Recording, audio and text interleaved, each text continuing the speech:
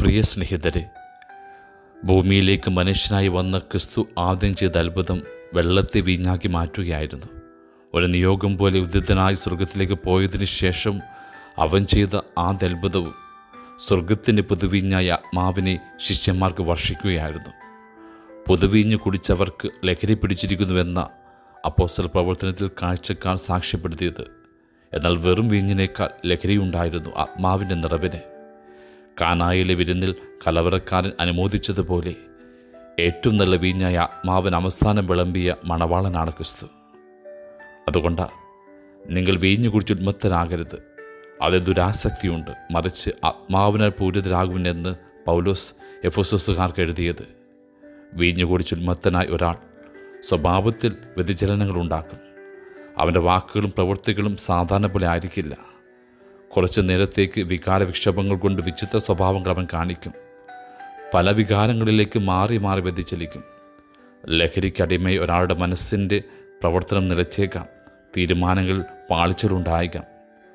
എന്നാൽ ആത്മാവ് നിറഞ്ഞ ഒരാളുടെ സ്വഭാവത്തിലും പരിണാമങ്ങളുണ്ടാകും.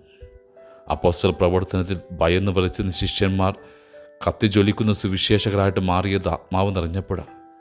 ഈ അന്ധകാര കാലഘട്ടത്തിൽ ജ്ഞാനത്തോട് പ്രതികരിക്കുവാൻ, ദൈവനിശ്ചയങ്ങൾ മനസ്സിലാക്കുവാൻ, സഹനകാലത്തും ഹൃദയം ആത്മീയ ആനന്ദത്തിൽ നിറയുവാൻ, വിശുദ്ധിയുടെ നിറവും വിശ്വാസത്തിന് കരുത്തുമുണ്ടാകുവാൻ ആത്മാവിന് ഒരാൾ പൂരിതനാകണം. ഒരാളുടെ ഉള്ളിൽ എന്താണ് നിറയപ്പെടുന്നത് അത് അയാളുടെ ജീവിതവും സ്വഭാവവുമായിട്ട് മാറും. ഉള്ളിൽ പകയുണ്ടെങ്കിൽ പകയുള്ള മനുഷ്യരായിട്ട് തന്നെ അവൻ മാറും. ആർത്തിയാണെങ്കിൽ ആർത്തി അവനെ നിയന്ത്രിക്കും. സ്നേഹമാണെങ്കിൽ അവൻ്റെ എല്ലാ ഇടപെടലുകളിലും സ്നേഹം ബഹിർഗമിക്കും. ആത്മാവാണ് നിറയുന്നതെങ്കിൽ അതിൻ്റെ ഫലങ്ങൾ അവരിൽ നിന്നും പുറപ്പെടും. ആകയാൽ ആത്മാവിനാൽ പൂരിതരാകുവാൻ എന്തു ചെയ്യണം? How can I be filled with the Holy Spirit? അനിവാര്യമായ 2 മാർഗങ്ങളുണ്ട്: ശൂന്യവൽക്കരണവും തുറവിയും. Emptiness and openness. ശൂന്യമാകാത്ത, തുറക്കാത്ത ഒരു കുടവും നിറയപ്പെടുകയില്ലെന്നേ. മനുഷ്യഹൃദയവും അങ്ങനെ തന്നെ.